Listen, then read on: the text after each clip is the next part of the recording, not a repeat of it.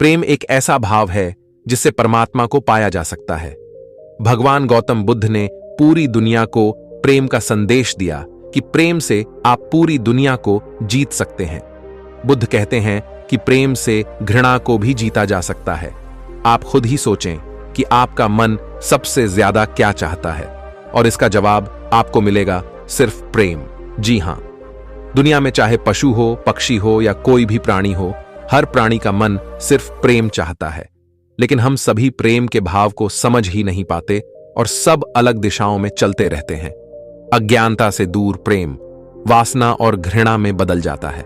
चलिए दिव्य प्रेम को गौतम बुद्ध की एक कहानी के माध्यम से समझने की कोशिश करते हैं। एक बार बुद्ध के प्रिय शिष्य आनंद एक दिन गांव में घूमने के लिए गए हुए थे। घूमते हुए उन्हें बहुत प्यास लग गई। वह एक कुएं के पास गए। वहां पर एक युवती को उन्हें पानी पिलाने के लिए कहा। पहले तो वह पानी देने के लिए मान गई, लेकिन बाद में उसने घड़ा पीछे कर पानी देने से मना कर दिया। वह बोले, क्या हुआ? युवती बोली, मैं नीची जाति से हूं, मेरे हाथ का पानी पीने से आपका धर्म भ्रष्ट हो जाएगा। आनंद ने कहा कि आप इसकी चिंता न करें, मुझे पानी पिलाएं। पानी पिलाना तो पुण्य का काम होता है। हमारे गुरु बुद्ध कहते हैं कि इस धरती पर कोई ऊंच नीच नहीं होती, सब समान होते हैं। यह सुनकर वह युवती बेहद खुश हो गई और उन्हें पानी पिलाया। उसके बाद वह युवती वहां से चली गई। वह रास्ते भर आनंद के बारे में ही सोचती रही।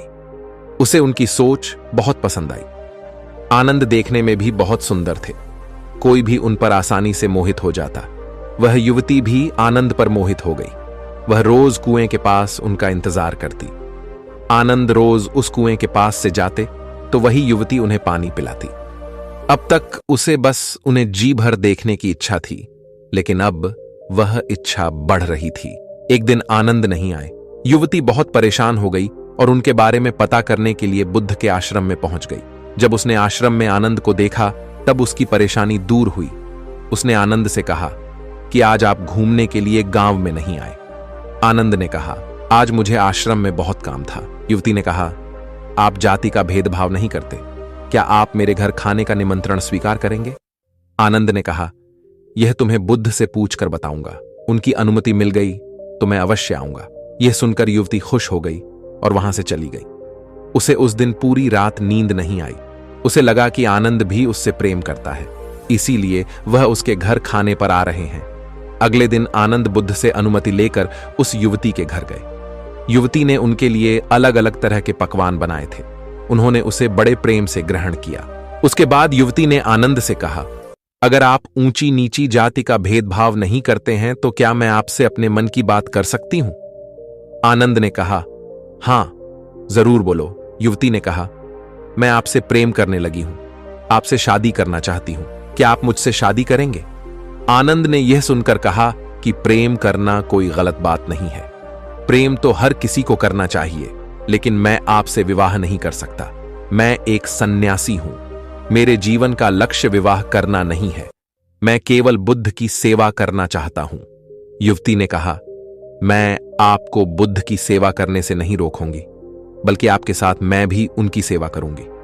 आनंद ने कहा, जो तुम सोच रही हो वह नहीं हो सकता है, और यह कहकर वह वहां से उठकर चले गए। अब वही प्रेम युवती के लिए पीड़ा का कारण बन गया। वह हर कीमत पर आनंद को पाना चाहती थी। जब यह बात युवती की मां को पता चली तो उसने एक उपाय सोचा। उसने अपनी बेटी से कहा, तुम अपनी मां पर भरोसा रखो, आनंद तुम्हारा ही होगा। तुम उसे फिर से खाने पर बुलाओ, मैं उसके खाने में बेहोशी की दवा मिला दूंगी। इसके बाद तुम उससे गंधर्व विवाह कर लेना। युवती ने कहा, क्या यह सही रहेगा मां? उसकी मां ने कहा, प्रेम में सही और गलत नहीं होता। अगले दिन युवती फिर आनंद से मिलने गई और कहा, क्या आप मुझसे नाराज हैं? आनंद ने कहा, नहीं, मैं किसी से नाराज नहीं होता, और आपने तो ऐसा कुछ किया भी नहीं कि मैं नाराज हो जाऊं। युवती ने कहा, तो ठीक है, फिर क्या आप दोबारा मेरे घर भोजन करने आएंगे? आनंद ने कहा, मैं बुद्ध से अनुमति लेकर अवश्य आऊंगा। अगले दिन आनंद युवती के यहां भोजन पर गए।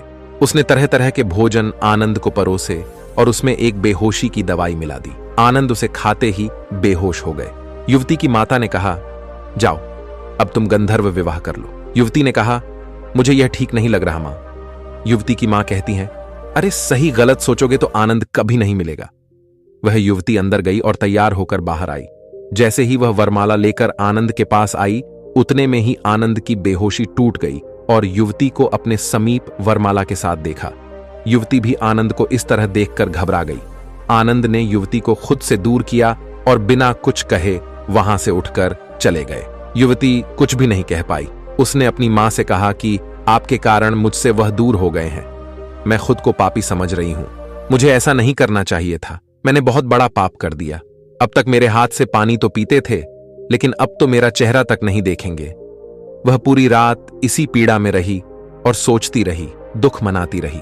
अगले दिन सुबह होते ही वह बुद्ध के आश्रम में पहुंच गई और बुद्ध से कहा कि मुझसे बहुत बड़ा पाप हो गया है, आप मुझे उस पाप की सजा दें।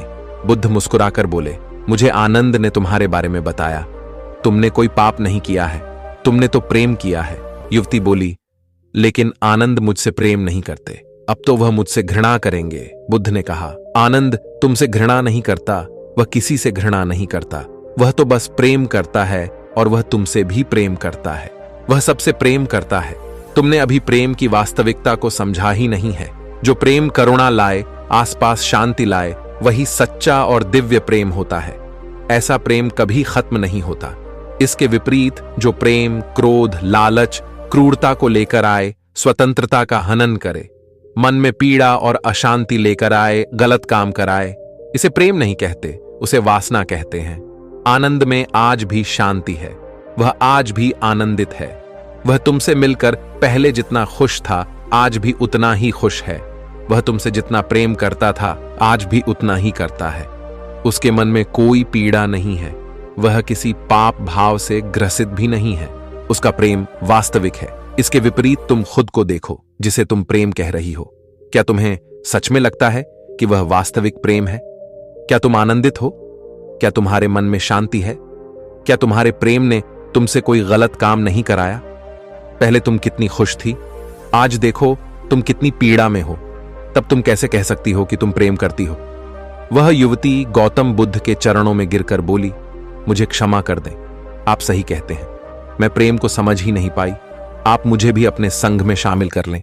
मैं भी वास्तविक प्रेम को जानना चाहती हूं। दोस्तों, हम सभी प्रेम करते हैं।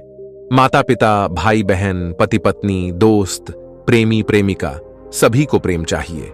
लेकिन क्या हम जिस प्रेम के पीछे भागते हैं उसे समझते भी हैं? वास्तव में जिसे हम प्रेम समझ बैठे हैं वह वासना के अलावा कुछ भी नहीं है। अगर आपका प्रेम आपको स्वार्थ की तरफ धकेल रहा है तो आप समझ जाना कि आप प्रेम नहीं करते। यह आपका कोई निजी स्वार्थ है जिसके कारण आप प्रेम का ढोंग कर रहे हैं। वास्तविक प्रेम लेना नहीं, देना सिखाता है और उसे देने में हमें हमेशा सकारात्मक ऊर्जा का अनुभव होगा। कहते हैं, एक मां अपने बच्चे से निस्वार्थ प्रेम करती है। वह अपने बच्चों के लिए सब सुख दुख हंसते हुए जीवन निकाल देती है, लेकिन उन्हें तकलीफ नहीं होने देती। लेकिन वही मां क्या दूसरे के बच्चों को भी वही प्रेम दे सकती है? अगर हां, तो वही वास्तविक निस्वार्थ प्रेम है, और अगर नहीं तो वह लालच से जुड़ा हुआ है।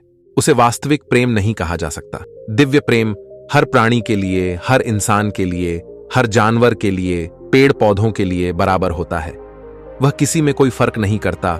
और जो हमारा प्रेम होता है, जो वासना से परिपूर्ण होता है, वह प्राणियों में तो क्या, लोगों में भी भेद कर देता है। जैसे मैं उससे ज्यादा प्रेम करता हूं, इससे कम प्रेम करता हूं, नहीं, प्रेम तो हर जगह बराबर होता है। तो दिव्य प्रेम की क्या क्या साधनाएं होती हैं, आप मुझसे कमेंट सेक्शन में जरूर पूछें, और उस पर मैं हो सकता है एक अलग से वीडियो भी बनाऊं कि हम दिव्य प्रेम को अपने मन में कैसे जागृत कर सकते हैं। जी हां दोस्तों, इसकी भी साधनाएं होती हैं, और साधनाओं के माध्यम से हम दिव्य प्रेम अपने मन में जगा सकते हैं। दोस्तों, जाते जाते आपसे एक सवाल, यदि आप इस सवाल के जवाब जानते हैं तो कमेंट में अवश्य लिखें।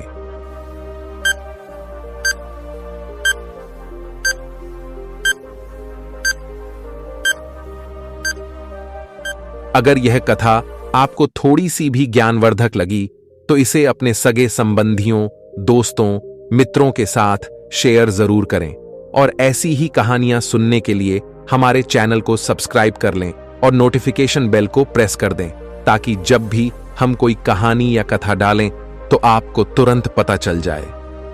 तो मिलते हैं अगली कहानी में। तब तक के लिए अपना ख्याल रखें।